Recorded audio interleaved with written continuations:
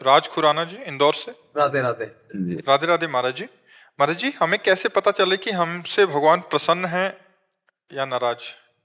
जब हमारा मन अच्छे कामों में लगने लगे, जब हमें संत प्रिय लगने लगे, जब हमें शास्त्र के वचन पूर्ण श्रद्धा विश्वास पूर्वक सत्य लगने लगे, जब हमें बुजुर्गों में भगवान की भावना करके सेवा करने में सुख मिलने लगे, जब हमें पशु पक्षियों में भी भगवान की भावना कर, तो जान ले भगवान हम पर प्रसन्न है।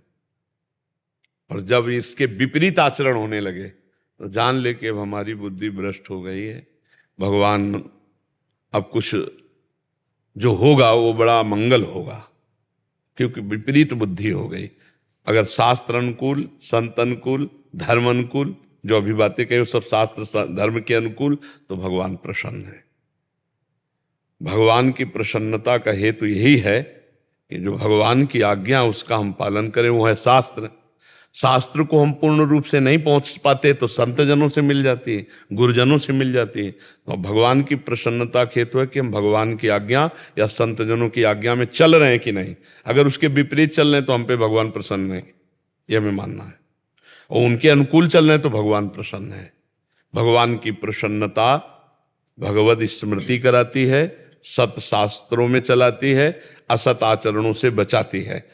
वैसे तो सब पर मोर बराबर दया भगवान कह रहे हैं, सब मम प्रिय सब मम उपजाए, मेरे द्वारा प्रकट के सब पर मोर बराबर दया। पर जो भजन करेगा उसी को अनुभव होगा कि भगवान की हमारे ऊपर कृपा है। भगवान तो ऐसे समझो जैसे एक पिता है, उसके कई पुत्र हैं, उसको सब प्यारे हैं, लेकिन विशेष कृपा पात्र वही होगा जो पिता की आज्ञा पे चलता होगा। नहीं, वो भोजन पानी तो सबकी व्यवस्था करेगा, हिस्सेदारी भी सबको बराबर दे देगा, लेकिन प्यार का अधिकार उसी को देगा, अपने पर्सनल प्यार का अधिकार उसी को देगा जो बेटा उनकी आज्ञा में है।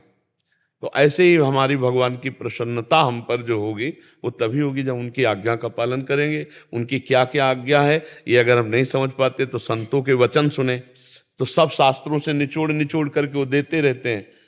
5 मिनट में कहो 10-5 शास्त्रों की बातें निकल गई हों, पकड़ ले। अब अलग अलग शास्त्रों में कहाँ ढूंढे, तो संत सदगुरुदेव की बात सुन ले और उसको मान ले, तो जान ले कि हमारे ऊपर भगवान प्रसन्न है। और अगर भगवत विमुख आचरण हो रहे तो इसका मतलब हमसे कोई अपराध बन रहा है और भगवान की कृपा दृष्टि नहीं तो ऐसी हमारी दुर्दशा कैसे होती। समझ पाए आप?